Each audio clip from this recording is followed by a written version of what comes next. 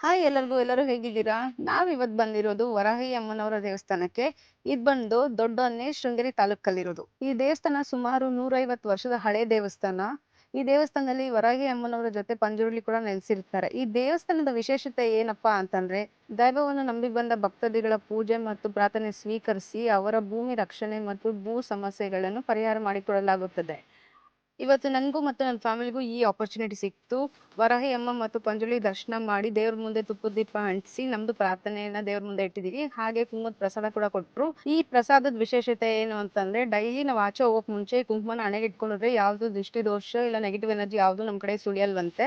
So ನೀವು ಯಾರಾದ್ರು next time Sringeri ಕಡೆನ ಬರ್ತಾರೆ, ಈ ದೇವಸ್ಥಾನಕ್ಕೆ ಒಂದ್ಸತಿ ವಿಸಿಟ್ ಕೊಡಿ. ಹಾಗೆ ತುಂಬಾ ಜನದ ಕನಸಾಗಿರುತ್ತೆ ಮನೆ ಕಟ್ಟಬೇಕು, ಸೈಟ್ ತಗೋಬೇಕು ಅಂತ. ಆದ್ರೆ ಡಿಲೇ ಆಗ್ತಾ ಇರುತ್ತೆ. ಅಂಥವ್ರು ಕೂಡ ಈ ದೇವಸ್ಥಾನಕ್ಕೆ ಬಂದು ನಿಮ್ ಪ್ರಾರ್ಥನೆನ ದೇವ್ರ ಮುಂದೆ ಇಟ್ಟು ತುಪ್ಪದ ದೀಪ ಅಂಟಿಸೋಗಿ. ಸೊ ನಿಮ್ ಕನಸು ಆದಷ್ಟು ಬೇಗ ನನ್ಸಾಗ್ಲಿ ಅಂತ ಹೇಳ್ತಾ ನೆಕ್ಸ್ಟ್ ವಿಡಿಯೋದಲ್ಲಿ ಸಿಗೋಣ. ಬಾಯ್.